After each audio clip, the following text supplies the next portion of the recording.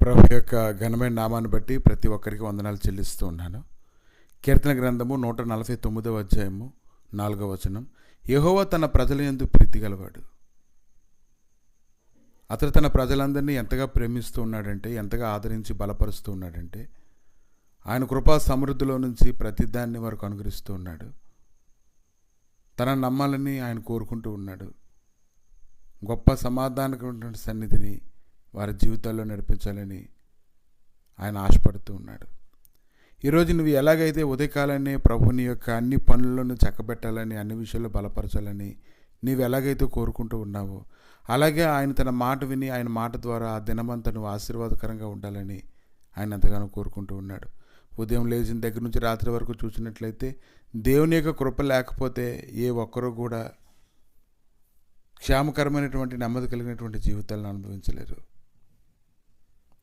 కాబట్టి నోవహు దినాల్లో జరిగినట్లు మనుష్య కుమారుని దినములో జరుగుతుందని, లోతు దినములో జరిగినట్లు ఇప్పుడు కూడా జరుగుతుందని, అప్పట్లో అయితే జనులు తింటూ త్రాగుచు కొనుచు అమ్ముచు నారు నాటుచు ఇంట్లు కట్టుకొనుచు ఉండిపోయారని, వాటన్నిటి గురించి కూడా ప్రకటించబడుతూ ఉన్నప్పుడు మనకు అనేక రకాలైనటువంటి భయాలు మన హృదయంలోని కలుగుతూ ఉంటాయి.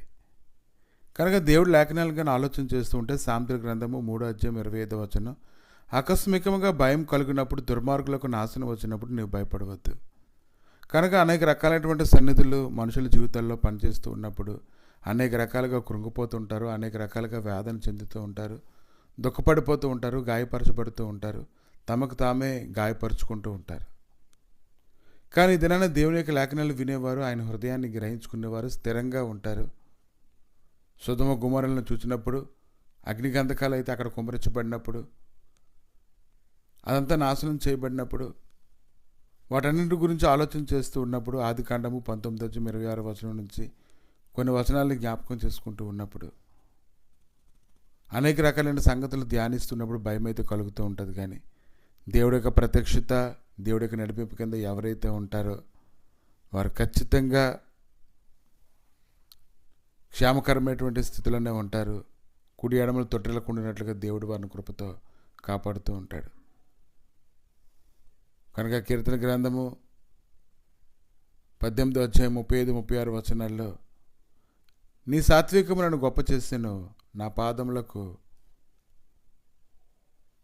చోటు విశాలపరిచితివి. దేవుడికి ఉన్నటువంటి నెమ్మదిని బట్టి, ఆయనైతే భూమి ఆకాశం సృష్టించినటువంటి దేవుడు, నేల మీద ఉండేటువంటి దరిద్రులందరినీ పైకి లేవనెత్తేవాడు, పెంటకుప్ప మీద ఉన్న బేదలను పైకెత్తేవాడు, ఆయన కృపాహస్తాలతో ప్రతి ఒక్కరిని బలపరుస్తున్నటువంటి దేవుడు ఇతను మనతో ఉన్నాడని మనం గుర్తుంచుకోగలగాలి. ఈరోజైతే తన ప్రజల ఎంతో ప్రీతి కలిగినటువంటి వాడు ఇతరులకి నాశనం కలిగినప్పుడు, దుర్మార్గులు కాలు చిక్కుబడినప్పుడు నువ్వెందుకు భయపడుతూ ఉన్నావు? నీకైతే కీడు లేదు, అప్పుడు నువ్వు ఆమె నేను చెప్పాలి ఖచ్చితంగా. ఎందుకంటే ఆయన లేఖనాల ద్వారా అతని గురించి నువ్వు ఇంకా బాగా తెలుసుకో, ఆయన స్తుతించు, క్రమంగా ఆయన సన్నిధిలో నువ్వు ఉండు. అనేక సంగతులు తెలుసుకోవడం ద్వారా ఆయన స్వభావాన్ని వెరిగి ఖచ్చితంగా విశ్వాసహితమైన మాటలు పలుకుతున్నప్పుడు అవి నీ జీవితంలో ఖచ్చితంగా నెరవేర్చబడతాయి. ప్రభా, మీ దయగలిగా నష్టాలకి సమయంలో అప్పగించుకొని ప్రార్థిస్తుండగా, స్తుతిస్తుండగా నీ గొప్ప కృప ప్రభానైనా ప్రతి ఒక్కరిని ఆవరించినట్లుగా సహాయం దయచేయమని, నన్ను మీరు ఆవరింపజేసి బలపరుస్తుంటుండగా తండ్రి వారి గ్రహింపుని దయచేయమని, ప్రతి విషయంలో నైనా గొప్ప కనికరం నుంచి నన్ను నడిపించమని, ప్రతి ఒక్కరు తమను తాము సరిచేసుకోవడానికి కావాల్సినటువంటి బలం అనుగ్రహించమని యేసుక్రీస్తు నామములో అడిగి వేడుకుంటున్నాము తండ్రి. ఆమేన్.